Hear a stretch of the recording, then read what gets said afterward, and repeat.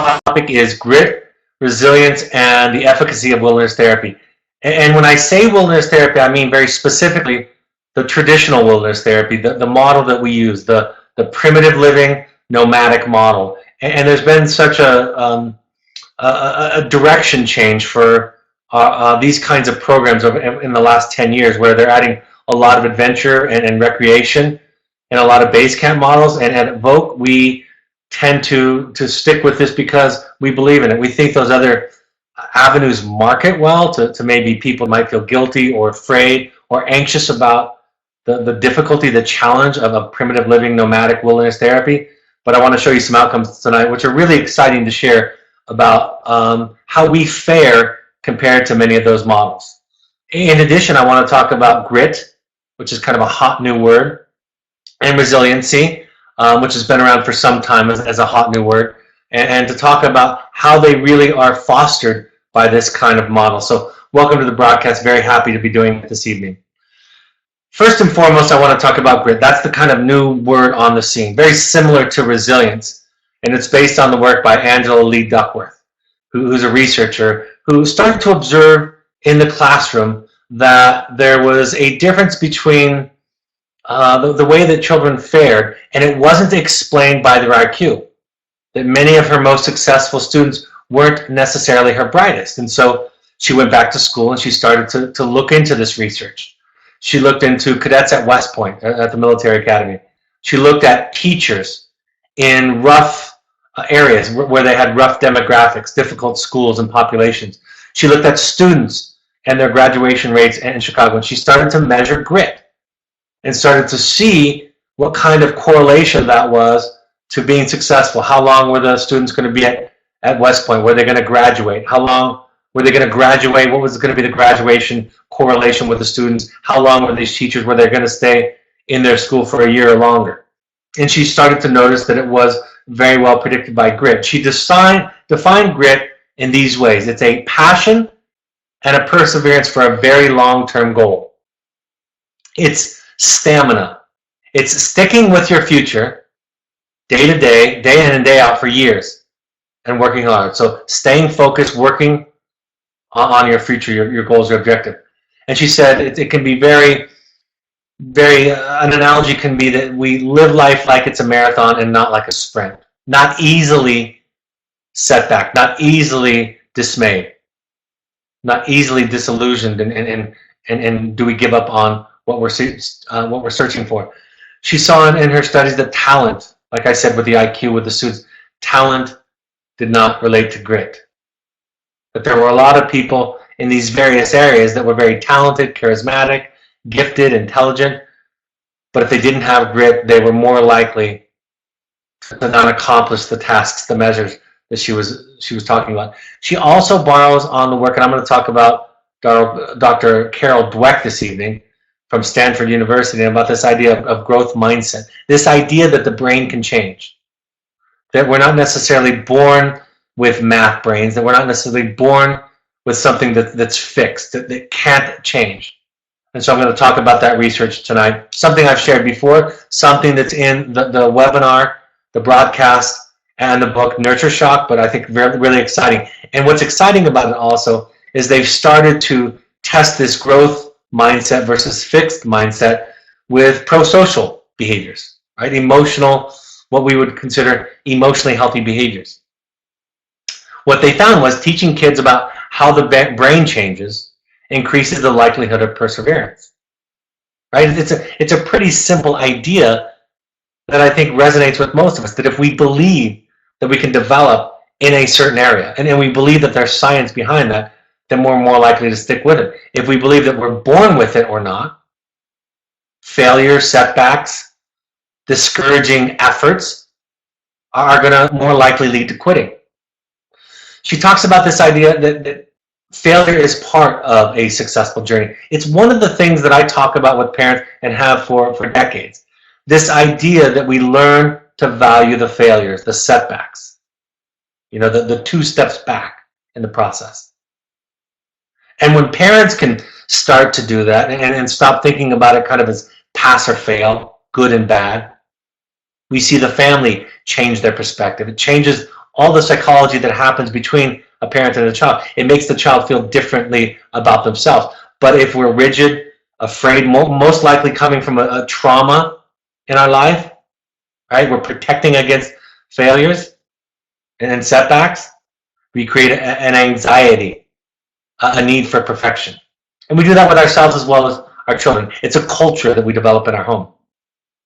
She talks about being willing as researchers to fail and be wrong. In other words, she said, we need grit to study grit. And something I really like that she said that it's really important that we understand that when we set out to do something, we're going to challenge our preconceived ideas. When we're going to study grit, we have to look at those things in our life that we just take for granted. I've shared with you many times the profound moment that a parent shared with me. Many have, really. But when one parent said to me very clearly, I found in my work with Evoke, this is the parent talking, I found in my work, my parenting work with Evoke, that when one of my closely held assumptions, what I discovered to be wrong or erroneous, I realized everything was up for grabs, and at first it was frightening and I was overwhelmed. But then, of course, down the road, everything opened up for this person, and they found a whole new sensibility, a whole new way of living. Resilience, the idea of resiliency has been around a little bit longer than grit in the pop psychology world and in the research world, but they're very synonymous. When we talk about resilience, I think about it in terms of how it relates to a sense of self. I talk about this all the time, that one of the things that we see with kids that are coming into outpatient and inpatient settings, especially from affluent families where there's lots of opportunity, we're seeing depression, anxiety, self-harm, suicidality, substance use, eating disorders, on and on, that we can't easily explain by an environment that seems traumatic. But what there is in these environments sometimes is a focus on outcomes, right? A focus on accomplishments instead of a focus on self. So the shift becomes, as I've been talking about for the last few months on these broadcasts, the shift becomes shifting away from raising a successful student to raising a healthy self. So what is a self? A self is simply who we are. It's how we feel. If I feel angry and I'm connected to that, right? Having a healthy self means that I'm in touch with my feelings. I'm in touch with who I am. I'm in touch with, I know what I like and what I don't like, what I'm willing to do and not willing to do, what my goals are, what my values are, what my desires are, what my preferences are. In other words, you ask me a question about me, and if I have a well-developed sense of self, I can more aptly answer that. And there's nobody with a perfect or completely whole self. But we think about the battle that we have inside of our brain, right? All the noise that's inside of our brains, all the shoulds, all the musts, all the have to, all the expectations, all the shameful dialogues we have in our brain. Those are all barriers or clouds over the sense of self. Versus somebody who says, I know what I like, this is what I'm comfortable with, this is what I'm willing to do and not do, this is what I want to become, I don't like broccoli, right? I like to go to baseball games, I don't like football games, I like Baroque music, I don't like Renaissance music, on and on and on. So that's what a self is.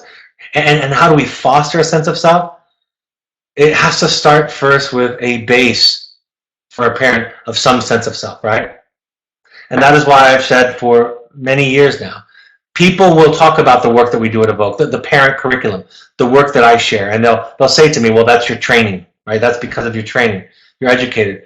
And what I've shared with people is most of what I have to offer, if there is, whatever I have to offer that has any value to it, doesn't come principally from my academic and professional training. It comes from my therapeutic work.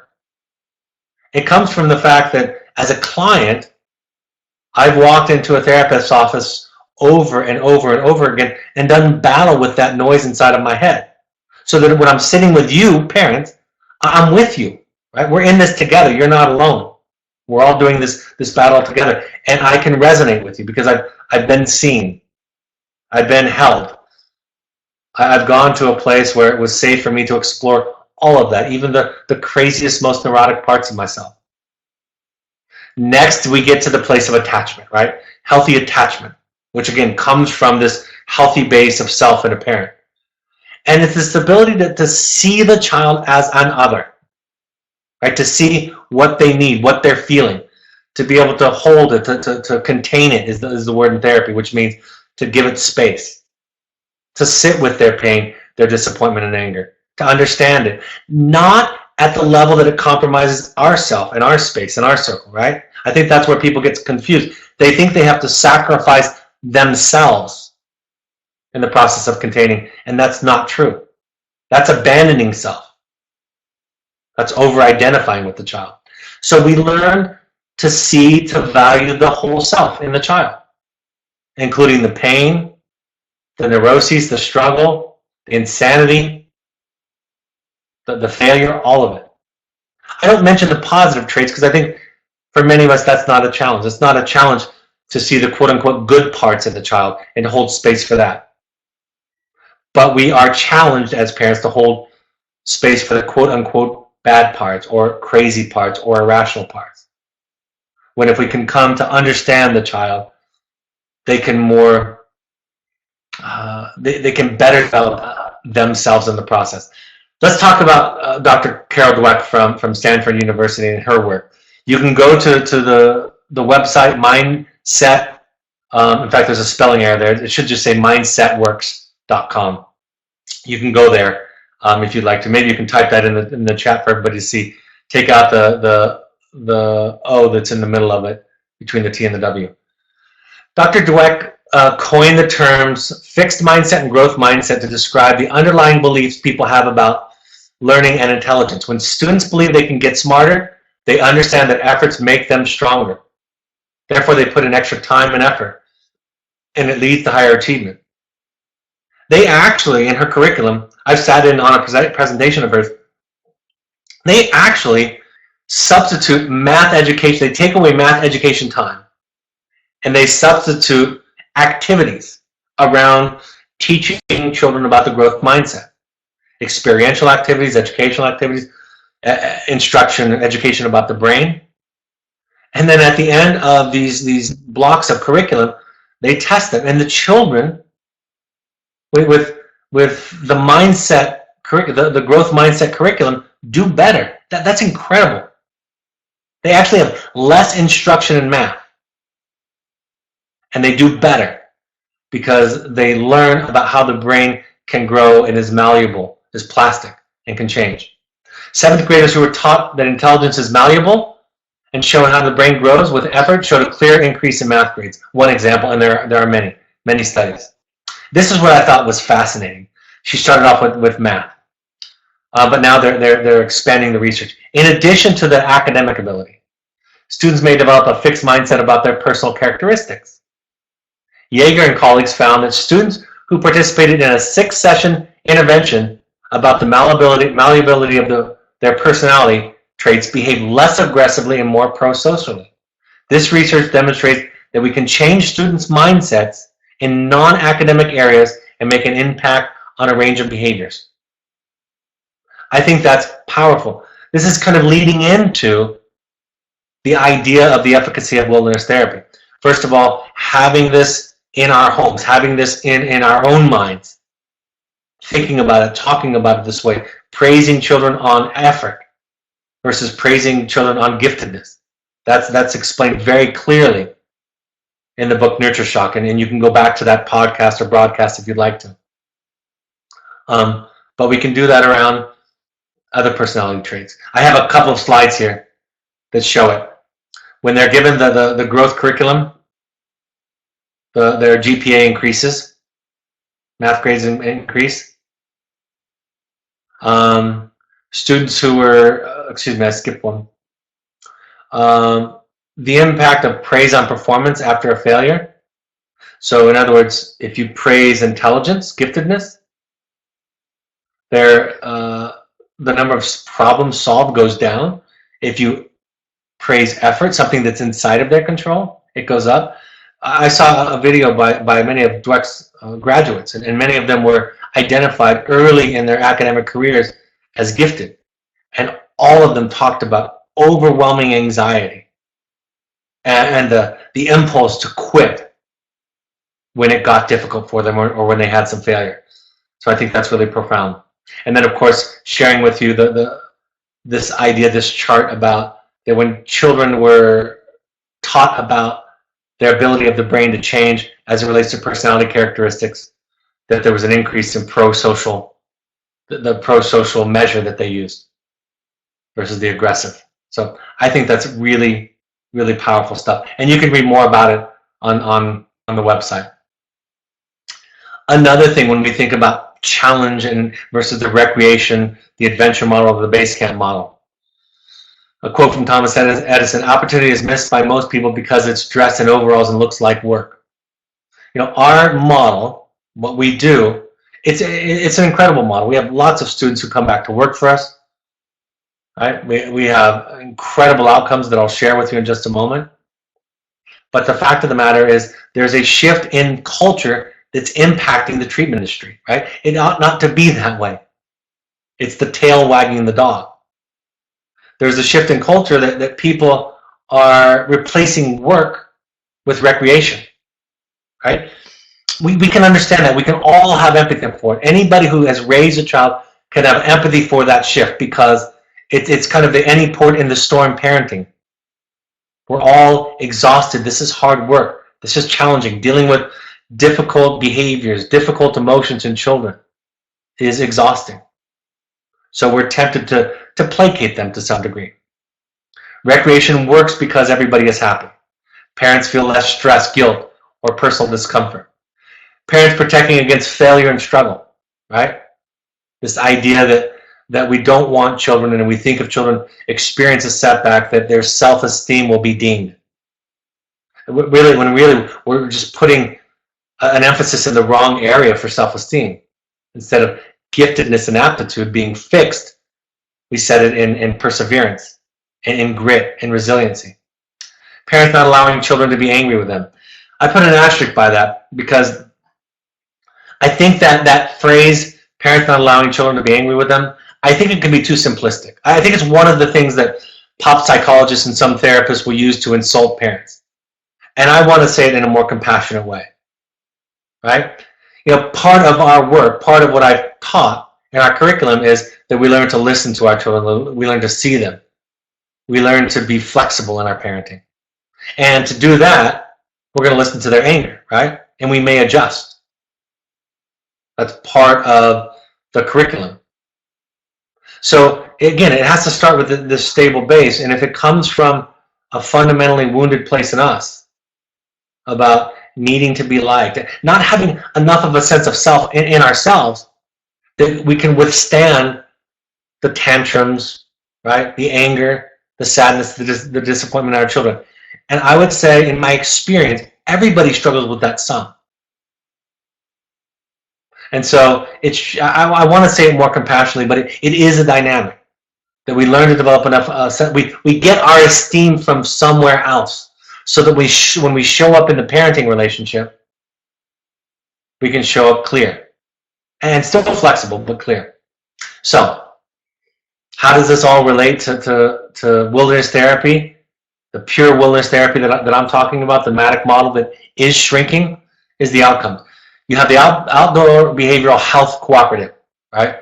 That's a bunch of programs that call themselves wilderness therapy that come together to gather data to look at outcomes, and they use some other measures, but they use principally the outcome questionnaire, which measures progress over time in therapy, right? It's a measure that you can take repeatedly and measures progress or change. The YOQ is for the youth under 18, and the OQ is for adult, and then there's one for parents. And we have the outdoor behavioral health data, which does include 2 Evoke programs, right? It includes because we participate. So our data is in there also. And then we have our own data because we've been doing outcome research longer than virtually anybody. We've contributed to the data in profound ways for many, many years. And I would credit my partner, Dr. Matt Hoy, who has led the research, and my other partner, Rick Heiser, who has been a proponent of this work, who also happens to be the chairman on the Outdoor Behavioral Health Council right now. Let's talk about the outcomes, okay? There's a slide for those of you that are watching the webinar. For those of you that are listening, you can ask for the slides, and I'm happy to share this with you. But I'm going to share, and I'll try to read them slowly, some of the main conclusions from the research and comparing overall the outcomes of wilderness therapy programs, including ours. We're in that data, to the research that we've done just ourselves. First point, parents and clients report staying healthier at 6 months and 12 months after Evoke compared to after the average outdoor behavioral health member program. Outdoor behavioral health programs clients report a 27-point change by both adults and adolescents, and parents report a 58-point change, compared to Evoke, where adult clients report a 26-point change and adolescents report a 36-point change. That's amazing. That's an amazing difference. And parents report a 65-point change. Nearly double. Parents report from admission to discharge nearly double the improvement when we look at our data compared to the general programs. Both adolescents and parents report significantly greater changes. The Youth Outcome Questionnaire defines reliable change. So there's change in research, and then there's reliable change, something that's significant statistically. The Youth Outcome Questionnaire defines reliable change as a drop of 13 points for parents or 18 points for adolescents and 14 points for young adults. So both have reliable change, but ours, in some cases, are a full measure above the others. Evoke clients and parents report a 30% greater amount of change than the average OBH program. So in other words, our clients are reporting a 30% improvement over that of the average OBH program. I reported 36 and 65-point change respective while at Evoke. It's amazing. And then this is kind of the thing that brings the earlier concepts that I was talking about and this outcome, what makes it relevant. Only about 1/3 of OBH programs utilize the nomadic model. All others include base camps and or adventure activities. Some resemble wilderness therapy very, very little. Some, because of the adventure activities, they spend a tremendous amount of time in a car, traveling. These add-ons make the OBH experience either easier in the consideration of base camps or more fun when considering adventure activities.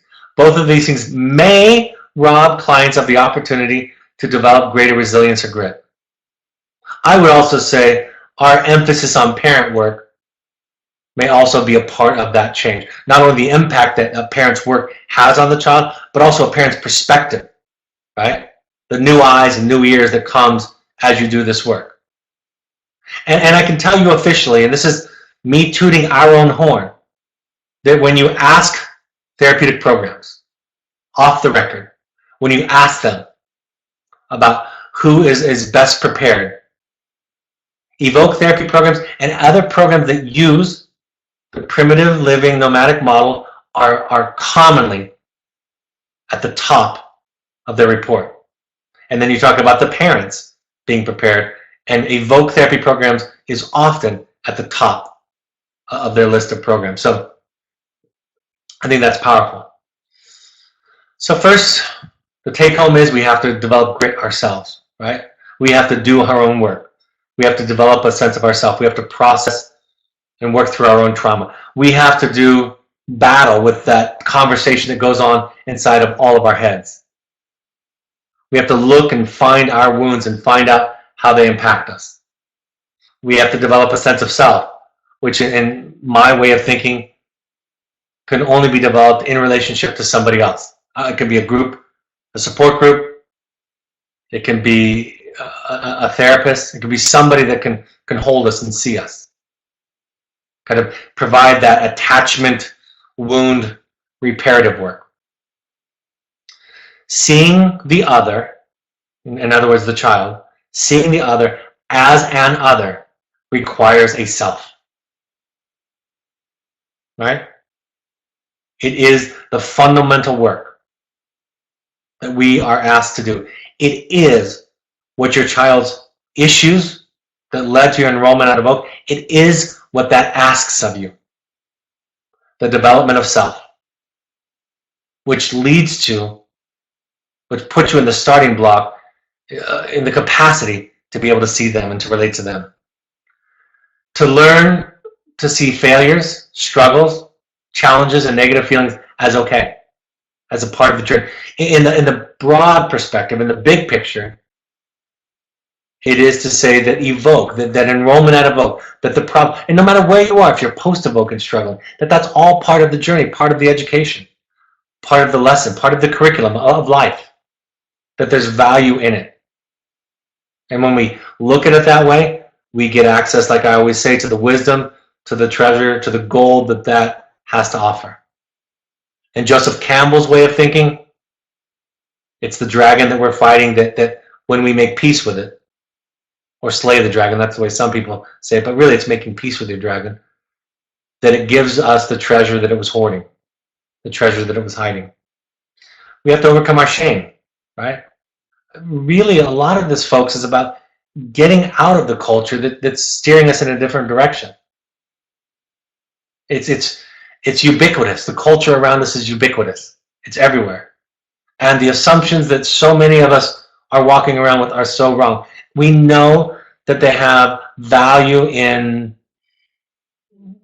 evolution, in survival, right? Our defenses, our symptoms have value in our survival. It's how we got through life. But then this work, the work of enlightenment, the work of therapy, the work of parent education, the work of Evoke, the work of developing grit and resiliency, which are centered in this healthy idea of a sense of self, where all parts of us are okay, have value, and where we can grow constantly and change and challenge our assumptions. All of that is what this asks of us, what this is asking of you. Fostering a growth mindset. It's something we work on in our family. I was not aware of the psychology of this when I had older children, with my older children, and even my younger children when they were younger, to constantly praise their efforts, to constantly praise their stick-to-itiveness, to constantly praise the things they have control over. And even though I could identify in all four of my children a certain kind of giftedness that they seem to be born with, I can do that. Most importantly, that's not going to be the thing that's going to sustain them. Emotionally, psychologically, academically. It's going to be these ideas of the growth mindset kind of thinking. And then learning to see the whole self rather than just the good parts. It goes back to Carl Jung's idea when he uttered it, when he said, I would rather be whole than good. Right? That short little idea is the essence of therapy. It's the essence of healthy attachment. It's the essence of containing. It's the essence of compassion. Right? And so the stuff that happens out in our primitive living nomadic model is life. It's life with a magnifying glass. It's life amplified. It's challenge, it's disappointment, it's a long life. I had a student one time who had incredible success, more than I would have ever predicted with him. And he attributed it to one difficult hike that became a metaphor for his life.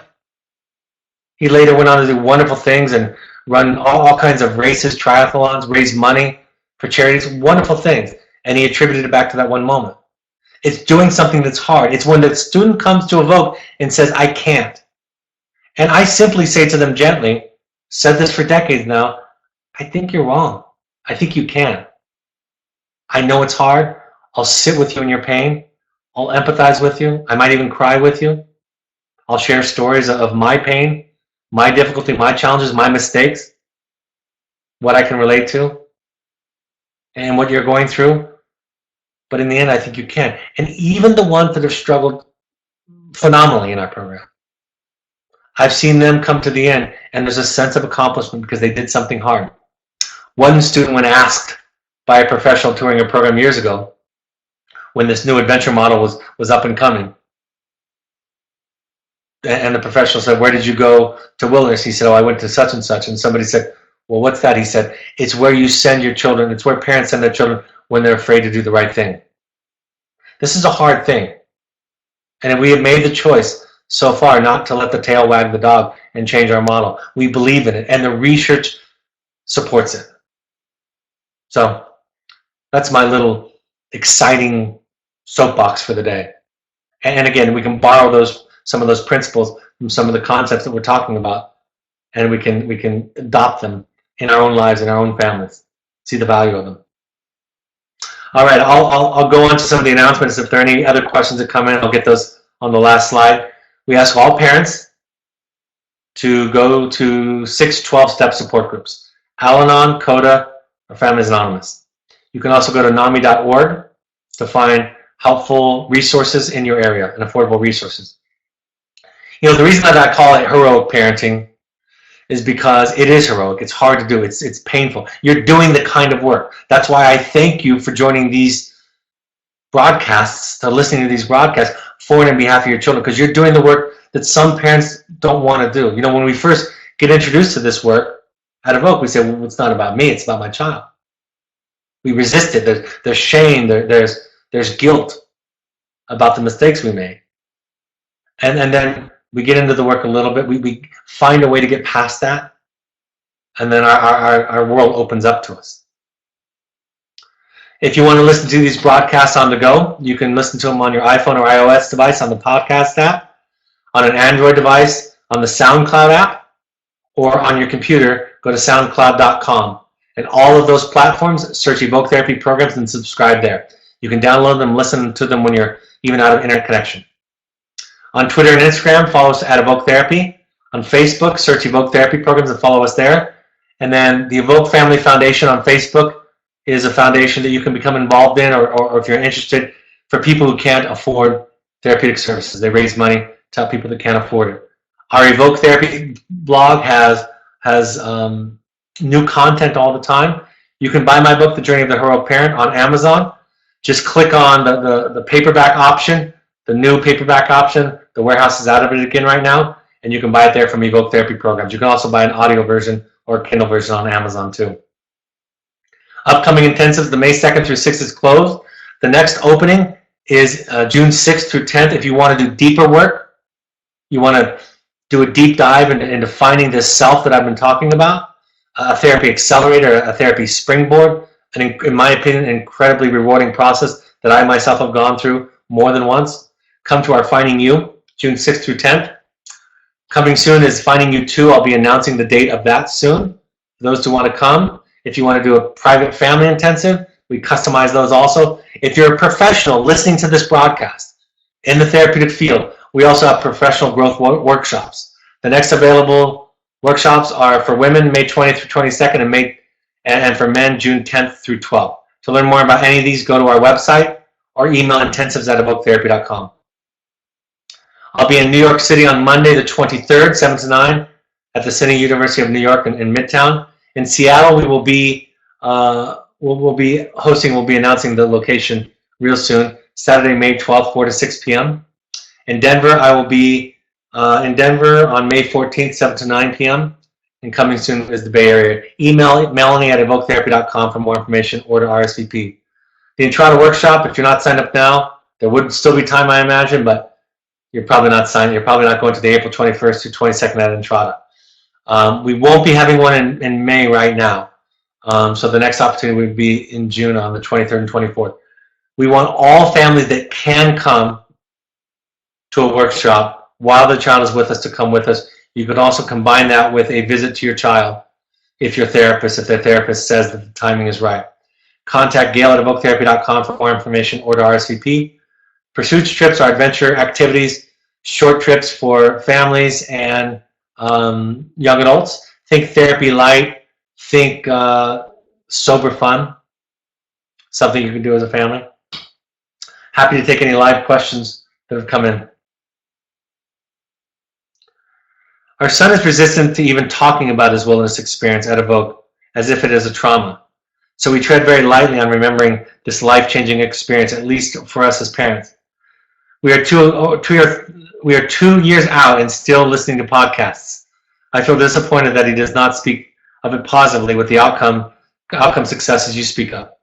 What can I do with this? Just let go? Is there nothing more to do to challenge him, to acknowledge the experience, the amazing experience we gave him? That's a great question. And what I would say simply is absolutely let go. Even so far as to say, I'm sorry, maybe it wasn't right for you, and I want to hear more about it.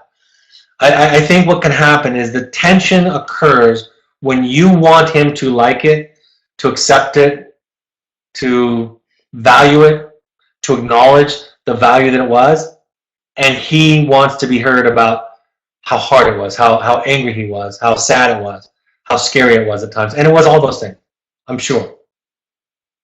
And what I know, and I've had students like this, graduates of my group like this, what I know is, I remember the time when they talked about that it was the safest and best place in their life, and we have to give place for their anger, their fear, their sadness, their grief, the loss that's there too. So yes, the idea is to let go, to do your best to let go of any investment you have in him getting to the place that you want to, and even to the point where you acknowledge that maybe it was wrong for him, and you're sorry that it hurt him.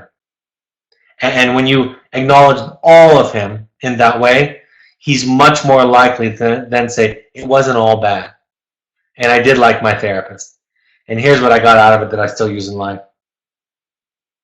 Our daughter with a learning disability, another parent writes, is trying very hard to overcome the disability, but sees no change after many years and has become depressed. How do you foster resiliency when she has abandoned the belief that more hard work can make a difference? I think that's a challenge. I mean, we do all come with liabilities and resources, right? Not every brain is the change. What I would encourage you to go to the growth mindset website that I mentioned, mindsetworks.com, and start to read the literature. They even have a Facebook page, and start to read about it. Start to read about kinds of education, educating her about how the brain works and develops. Some of the greatest, most gifted humans that have ever walked on the planet had learning differences, right? And there are some things in my own learning that I'm not very good at compared to everybody else.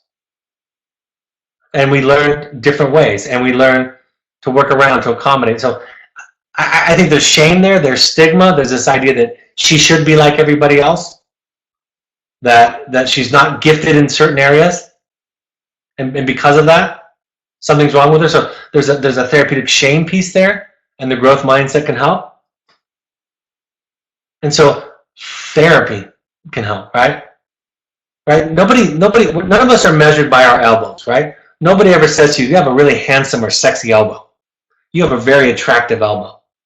Nobody ever says that to us, right? But people are valued for other body parts, for how they look, for their talent in singing, for their intelligence, right? And therapy, when we do this kind of therapy that I'm describing, you just learn that everybody's different and that everybody's beautiful in their own way, right? Ram Dass talks about this idea that we walk into the forest and we see fat trees, skinny trees, broken trees, bent over trees, trees with no leaves, trees with lots of leaves. We see all this variety, all the differences in the trees, and we just call it beautiful. Then we walk out of a forest, we walk into a city, and we see fat people, skinny people, tall people, short people, people bent over, people with no legs, people that can't see, and we start to have all kinds of judgments about it. So therapy or enlightenment, this idea of seeing the whole self, of developing this capacity that starts with us, that's the antidote.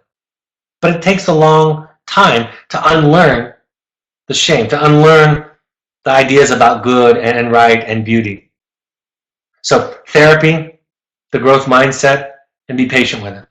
And then sit and hold space for her and listen and understand. And even with her, when she's in a hole, you get down in the hole with her. You understand it. You empathize. You don't try to take her out of it. Right? You get under the bus with her. And you feel what she feels, and it's hard. And yet you try to connect to that, to understand it. That's what I would say. All right, looks like there's no other questions. I'm going to be doing a webinar next Wednesday, the 25th at 7 p.m. Mountain Time. I believe it's on nutrition and mindfulness in the wilderness. So I didn't write that down because I didn't have that in time, but that's what I believe it's about. Nutrition and mindfulness in the wilderness. So That broadcast will be Wednesday, April 25th. Thank you, as always, for showing up. Thank you for doing your work for and on behalf of your child. Thank you for your heroic parenting, the willingness to look at yourself in this process, to look at your participation, contribution to all of this. It's an incredible gift to your child, and I thank you for it on behalf of them. And hope you have a great week, and I'll talk to you next Monday. See some of you in New York. Take care. Bye-bye.